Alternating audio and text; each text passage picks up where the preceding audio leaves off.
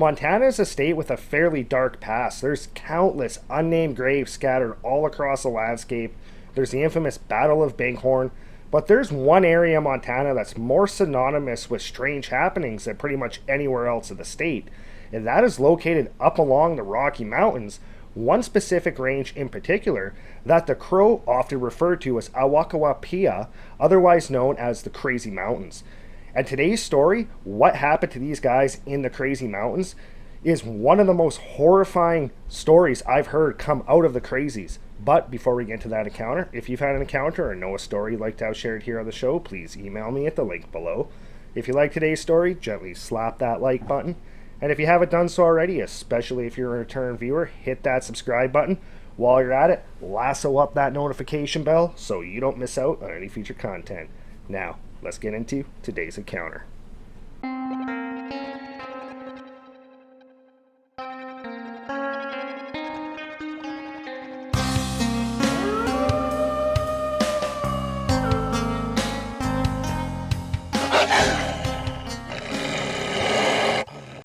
Cousins Matt and Jimmy grew up in Billings, Montana, and from a very young age, they were not just cousins, they were pretty much best friends. They spent every available minute together. They did everything together. These two were completely inseparable. They were also not your average kids. Growing up in elementary school, junior high, they would not spend all their time just playing video games.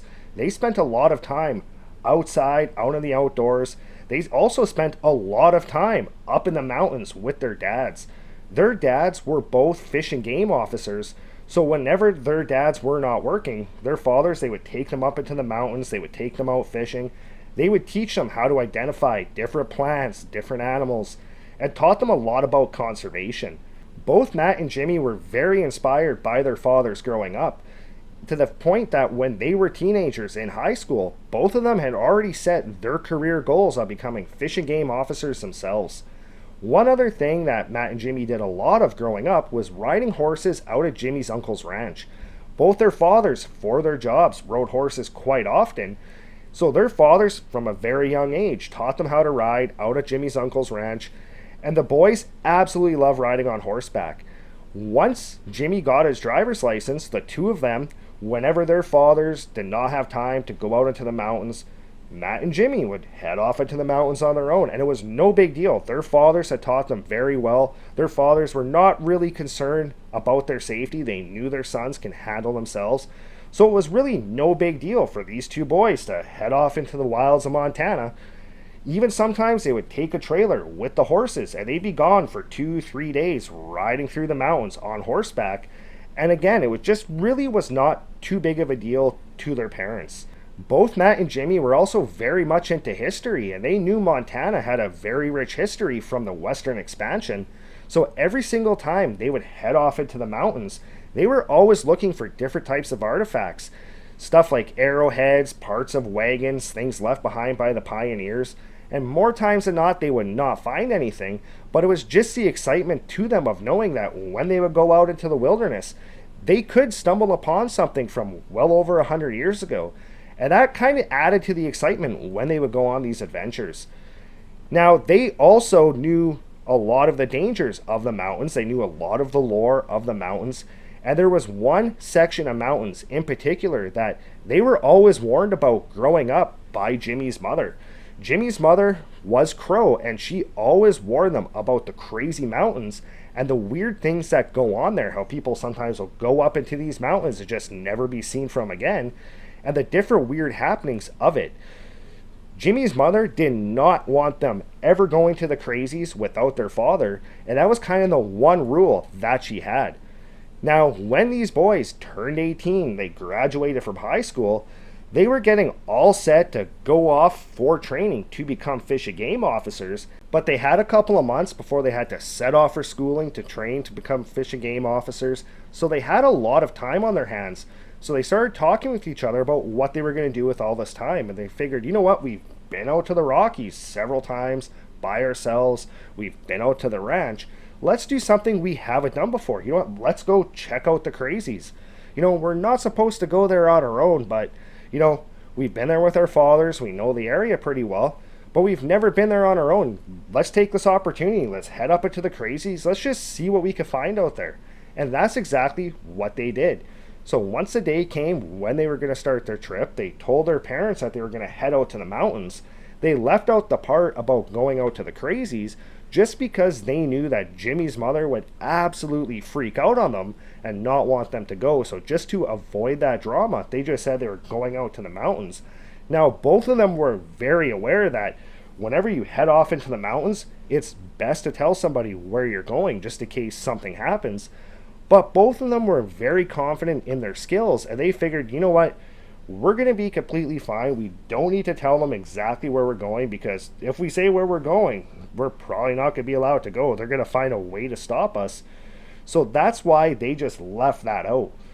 So when the day came, they hopped in their truck, they drove out to Jimmy's uncle's property, they loaded a couple of horses into a trailer, then they hit the main highway and headed up towards the mountains. Once they were just outside the crazies, they pulled their truck off the main highway onto this old service road that ran up into the mountains.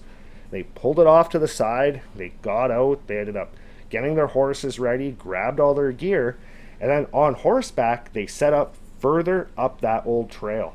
They rode for about a mile up that old service road until the road just abruptly ended. At that point, they turned off the road, started making their way through the trees on horseback. They rode for several hours, going through the forest. They ended up going up the side of this one mountain, down into this small valley, and they came across this relatively shallow but yet wide stream. And they could see in this stream, they could actually see trout swimming in the water. And they figured, you know what, this would be the perfect place to set up camp. We could set up camp right by the river. We could fly fish for trout. We could have trout for dinner. This is the perfect place to set up camp. So the two of them, they got off their horses. They ended up hitching them to some trees. They set up just a basic camp. They did not bring a tent with them. They just brought a couple of ground sheet tarps. So they strung those up over a couple branches of a tree, put their sleeping bags down. They grabbed their fly rods and they headed to the river. They fished for a couple of hours until just before dark. Then they made their way back to their camp. They got a fire going. And then at about 11 o'clock at night, the two of them, they crawled into their little makeshift tent and they settled in for the night. Sometime in the middle of the night, Matt was abruptly woken up by Jimmy shaking him awake. Matt quickly sat up, looked towards Jimmy, and Jimmy was just looking down at Matt. His eyes were all wide, and he said, "Do you hear that?" Matt was completely confused because he heard absolutely nothing. So he said to Jimmy, he said, "What? I don't hear anything." And Jimmy's like, "You don't hear that woman talking?" Matt paused for a second, just listening, sitting there kind of looking around, trying to figure out what Jimmy's hearing. He eventually ends up saying to him, "Jimmy, I don't hear anybody. There's nobody outside." And Jimmy says, "No, Matt, there's somebody outside the tent. Like, I can hear somebody talking. It's a woman's voice. Like, there's somebody outside. How do you not hear that? She's talking right now." Matt was completely confused, but again, he just took a second just to listen, and he heard nothing at all. So again, he said to Jimmy, he said, "Jimmy, there's nobody there." Jimmy at this point is kind of wondering if he's just losing it. So he looks at Matt, says, "I'm going to go check it out." He reaches down, he grabs his flashlight, crawls out of the makeshift tent, turns his flashlight on, starts looking around the campsite, and there's nobody there. He ends up taking a few more steps, a little bit closer to the water, shining it into the stream, shining it across the stream, and again, he does not see anybody. At this point, Matt had got up out of the tent as well, walked up behind Jimmy, and both of them were just standing there, just in utter silence, listening for any sign of this lady that Jimmy was hearing, and they could not hear anything. All they could hear was the running water of this stream. So Matt ends up looking at Jimmy and says, "You know, man, I'm pretty sure what you're hearing is just the running water. Like, there's nobody here." Jimmy kind of paused for a second, kind of thinking, trying to analyze everything that was going on. And ultimately, he ended up actually agreeing with Matt. He said, "You know what? I think you're right. It has to be the water. You know, I'm just hearing stuff. I'm probably just overtired. You know what? Let's just go back to the tent." So the two of them, they headed back to their tent, laid back down. Matt quickly fell back asleep, But Jimmy was really having a hard time falling back asleep. He just kept replaying what he had heard in his mind, and it just was not making sense to him. He could swear that he heard a woman's voice outside the tent, and it really confused him why Matt could not hear this voice, and when they went out, there was nobody there. Eventually, though, Jimmy did end up falling asleep. The next morning, the two of them, they got up, and they decided that day they were just going to kind of explore the area. They're going to basically do a big circle around where they were. They were going to look around for any sign of that lady that Jimmy heard the night before, or as well look for any type of artifacts. They were really excited to be in that area. They had never been in this specific area before, so they were really excited about what they might find. So they spent the entire day basically wandering around the woods, around that river, looking for stuff. And at one point, it was late afternoon, it was about 3 o'clock in the afternoon, they were up along the side of this one ridge, and Jimmy spotted something up ahead. He ended up grabbing Matt by the arm, pulled him and said, "Hey, what's that over there?" They both looked in that direction, and they could see what looked like a pile of rocks, almost like a grave site, up along this slope, kind of in between these two trees.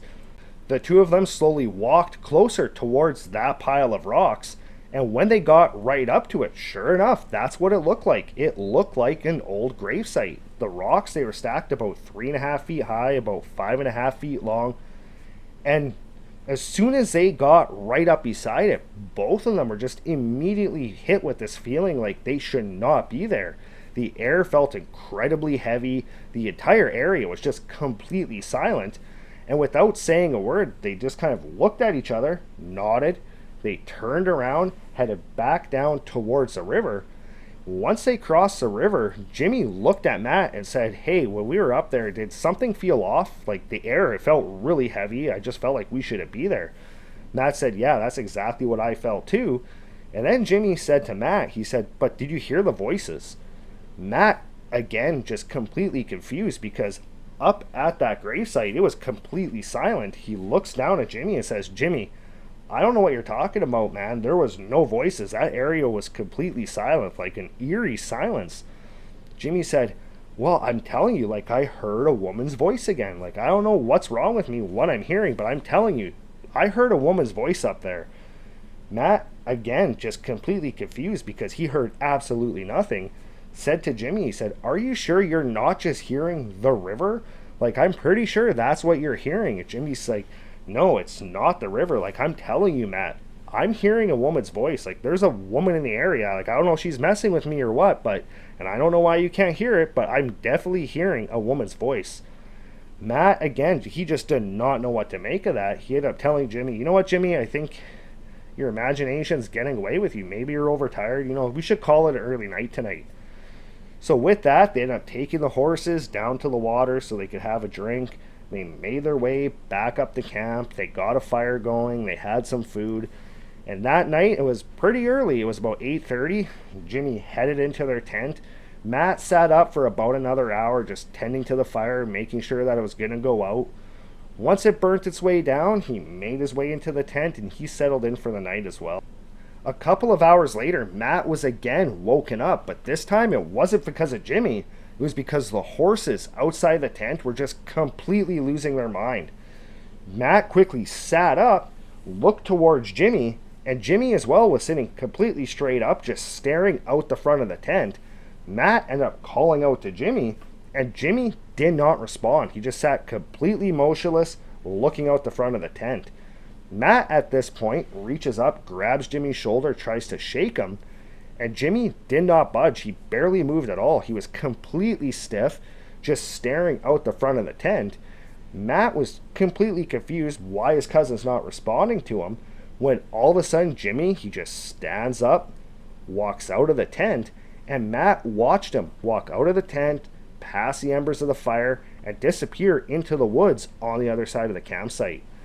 Matt, at this point, quickly sits up further, scrambling to put on his boots, reaches into his pack, pulls out a 45, just to go check on the horses, find out why they're going crazy, figuring, you know, maybe it's a mountain lion, maybe it's a bear. He gets out of the tent, heads towards the horses, tries to calm them down. He sees nothing in the area that could be driving them crazy like this. And after a couple minutes, he finally manages to calm them down. Then he starts calling out for Jimmy again. He starts yelling Jimmy's name as loud as he can, but there's no response from Jimmy. Matt at this point was like, okay, I'm going to have to go find my cousin, find out where he went and why he just left the site. So with his flashlight up and his 45 in his hand, he started making his way across the site into the bush. He ended up walking for about 100 yards. He got closer along this one side of the river, but there was no sign of Jimmy whatsoever. Matt was completely frantic at this point. He was screaming out Jimmy's name, yelling at him, telling him this is not funny, to stop messing with him, but there was no response from him at all. Matt did not know what to do at this point. He didn't know if he should just keep pursuing into the bush. He had no idea what direction Jimmy really went in. He had no idea where Jimmy was going. So at this point, he figured his safest bet was just to go back to camp, get a big fire going, just in case, Jimmy happened to wander into the bush to go use the washroom, got lost, can't find his way back to camp. At least this way, if there's a fire, he'll be able to find it, find his way back. So he headed back to camp. He got a massive fire going, and every couple of minutes he would just yell out Jimmy's name, and there was no response at all from Jimmy. Matt did not know what to do at this point. He was completely terrified for his cousin's safety, but for him to go venturing off into the wilds of the mountains in the dark was incredibly dangerous. But at the same time, he did not want to leave his cousin out in the wilderness by himself. So he was really torn with what to do, but ultimately he figured his best bet was to stay by the fire, keep the fire roaring, just in case Jimmy could spot it to make his way back. Matt sat there all night, keeping that fire going all the way until dawn broke. Once dawn broke, Matt was faced with one of two decisions. One was to head off into the wilderness looking for Jimmy, and the other was to get on his horse, ride down the mountain, back to the truck, go to town, get help, and come back with a search party. Matt decided he would spend a couple of hours looking for his cousin, and if he could not find him, then he would head to town and get help. So Matt got up, he made his way towards the river, crossed the river, calling out for Jimmy, and there was no response from him at all. So Matt started pacing along the bank of the river, looking down for any tracks, and sure enough, about 40 yards away on the opposing shore of the river, he found a set of boot prints in the mud that were Jimmy's boot size, and they were heading into the bush up the side of that ravine, that ridge, to where they found that big pile of rocks. Matt at this point started making his way through the trees up the side of that ridge, calling out for Jimmy, but no response whatsoever. As he got closer towards where they had found that pile of rocks, he noticed that there was a figure standing up by one of those trees right by that pile. And as he got closer, he could tell that figure, it was Jimmy. Jimmy was just standing there, staring at the rocks. Matt immediately just started yelling out to Jimmy, but Jimmy did not respond. He didn't even react to Matt's voice at all. So Matt basically ran right up to him, yelling at him like, Jimmy, Jimmy. Jimmy wasn't responding. He wasn't moving at all. He just continued to stare at those rocks.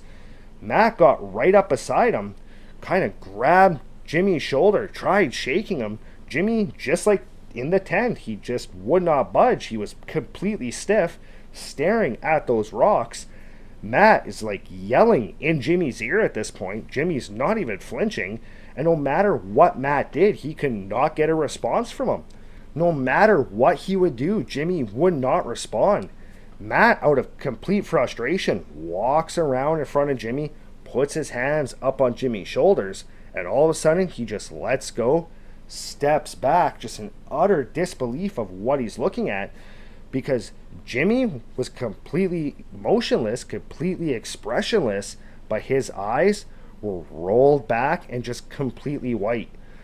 Matt standing there looking at Jimmy's face, wondering what the hell's wrong with his cousin, completely terrified, and his first reaction was to form a fist and quickly punch Jimmy right in the face. As soon as he hit Jimmy, Jimmy collapsed down to the ground, and almost immediately his eyes rolled back. He looked up at Matt and said, "Where the hell am I? Why is my face hurt?" Matt was looking down at Jimmy, just completely in shock. Eventually, he ended up taking a step forward. He reached down, he grabbed Jimmy's hand, he lifted him up, and he said, "Jimmy, what the hell is going on?" Jimmy's like, "I have no idea. The last thing I remember was hearing that woman's voice outside the tent again. Next thing I know, I'm on the ground and my face hurts. What happened?" Matt's like, "You were unresponsive. You got up out of the tent. You left the camp last night. I was calling for you. You were not responding. I found you up here this morning standing in front of these rocks, and your eyes were rolled back in your head, and you were not responding to me, so I punched you in the face." Jimmy stood there for a second, just trying to process everything that Matt had just told him, when all of a sudden, both of them again were hit with that feeling of not being wanted, that feeling of dread. The air got really heavy. The entire area went completely silent, when all of a sudden, both of them heard that woman's voice that Jimmy had heard those 2 nights, calling to them from across this small clearing up in the woods. Both of them immediately turned their heads, looked in that direction. There was nobody there. But something about this voice just seemed off. It did not sound like a normal woman's voice. It seemed almost like it was being carried all around through the bush. It sounded like it came from there, but they could also hear it sounding like it came off to their left as well.